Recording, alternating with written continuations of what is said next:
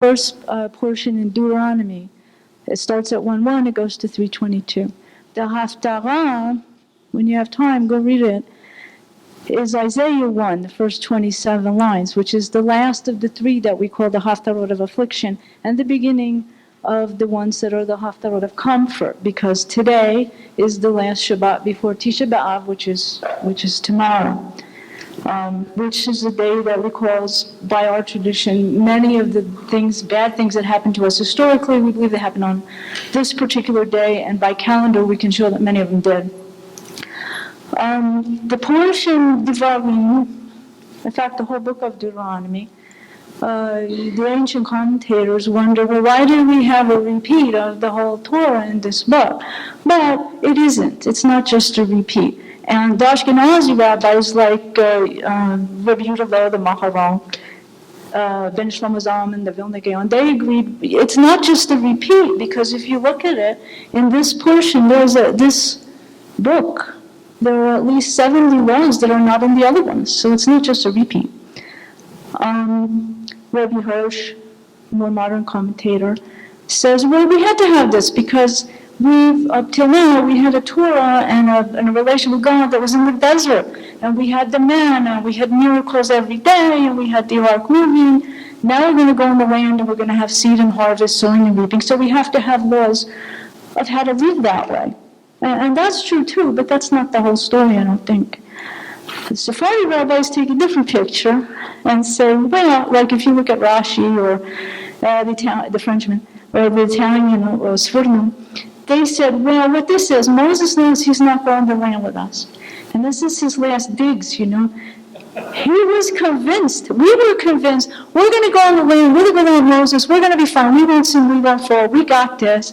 Moses was thinking and saying, don't talk to me like that, I know you people. The minute I'm not here, guess what's going to happen?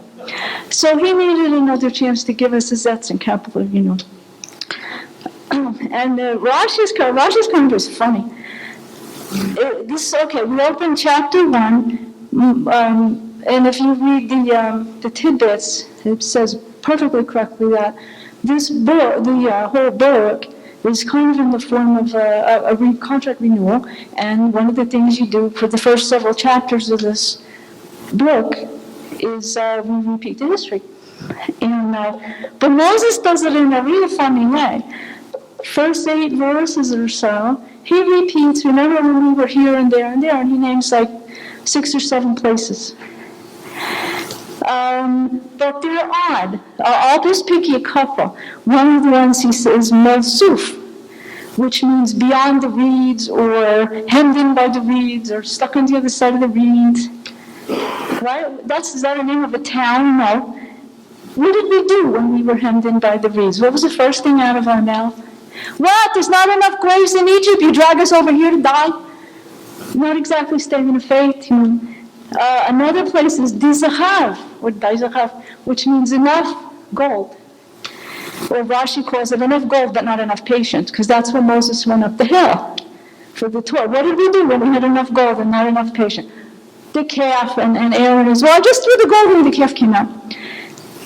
Then the last one is really my favorite, because it's called Bein Tofel V'Lavan. Rashi, who lived in around 900, he says, that means that Bein Tofel V'Lavan, or Bein Toflot V'Lavan, means between the kvetching and the white stuff. Rashi said, my disciples and I, we have looked at every map, and we have studied every reference, and we can't find any place that's called between the kvetching and the white stuff. But did we kvetch about white stuff? Oh boy, everywhere we kvetched about white stuff. We're bored, we don't like the manna, we want meat, we want the onions of meat, whatever. So Rashi's commentary is, these may not be definite places, but they were definite sins. And Moses was, that's the way Moses chose to remind us of the low parts of our relationship with God. Then the next, starting 9 to verse 18, Moses recounts choosing the judges. And this comment I liked a lot. He says, I chose the judges because I couldn't bear your contentiousness, your burdens, and your quarrels. And another Sephardi rabbi, Ramban, Nachmanides, said Moses, when he said burdens, you know what those were? Those were prayer burdens. He was not just picking judges. Moses was choosing intercessors, prayer warriors. That one's quite close to my heart. Supposedly they did their job. Next verse is down to 33, the end of the chapter. Moses reminds Israel about the time of the spies. And the statement here in this book is, I said the spies were good in my eyes, but they weren't good in God's eyes, and we'll go back to that. There's a comment that I really like. This is an old Midrash that in 19, when it refers to the wilderness, is awesome. Our tradition is that when the cloud went ahead of us and above us and the fire behind us and so on, the cloud went out in the desert, and as we crossed the desert, we saw scorpions and desert cobras and other spiders and things dead. God went ahead of us and let us see what he had to remove from our path to bring us where we were going. It's an old tradition, but I kind of like it.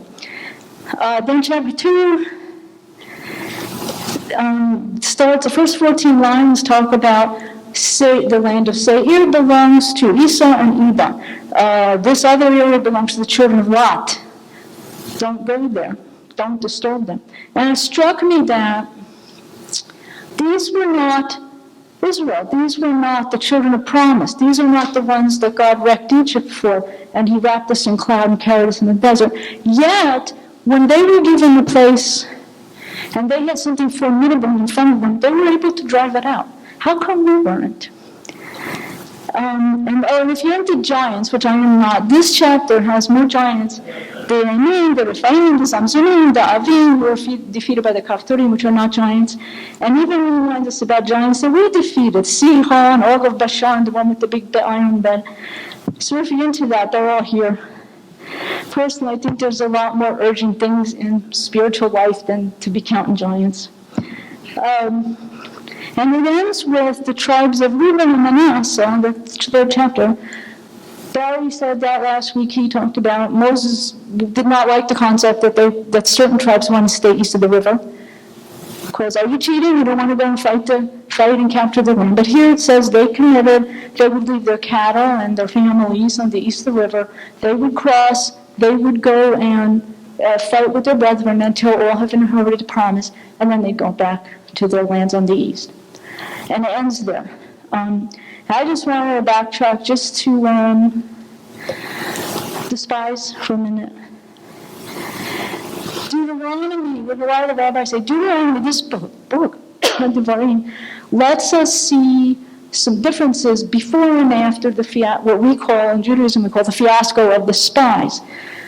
Some things are obvious. I mentioned one.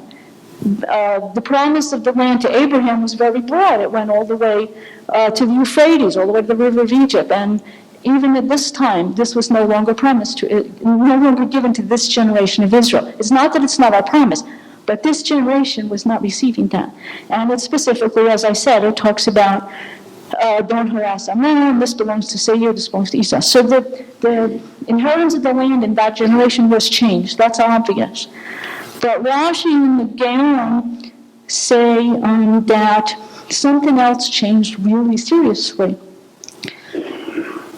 When God first described the land in Exodus, and in the beginning of this book, he says, see, I give the land before you, come and possess it, no one will oppose you.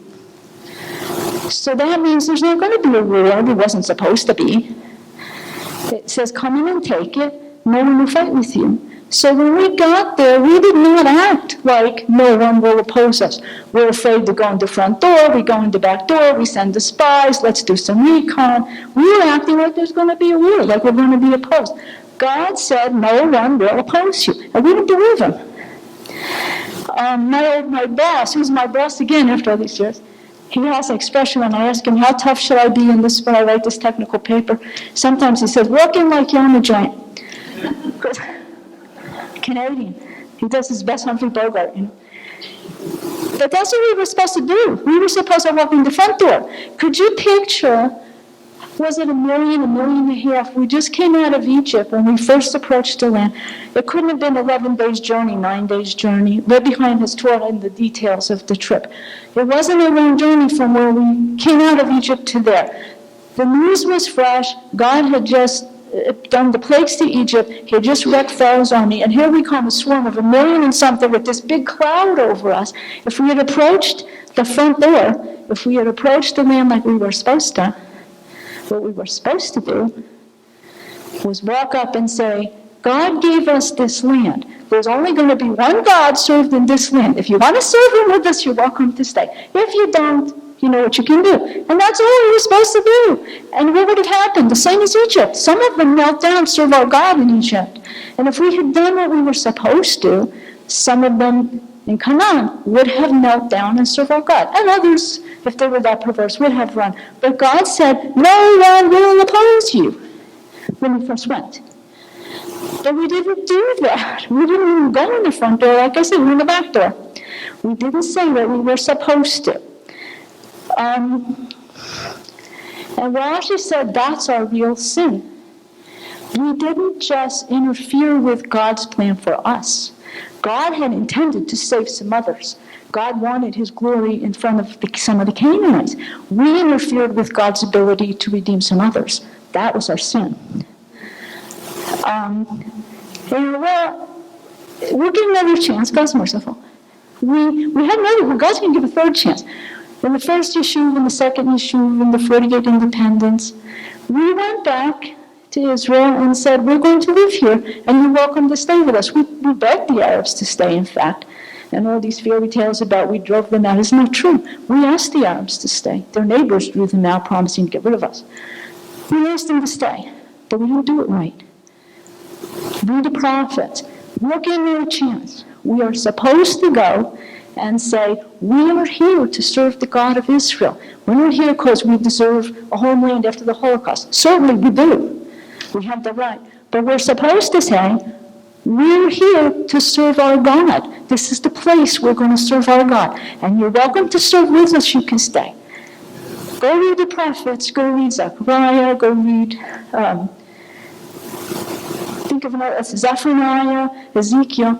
We're going to do that. We're going to get it right the third time. And you know what it says that the Arabs are going to say? It says they're going to say yes.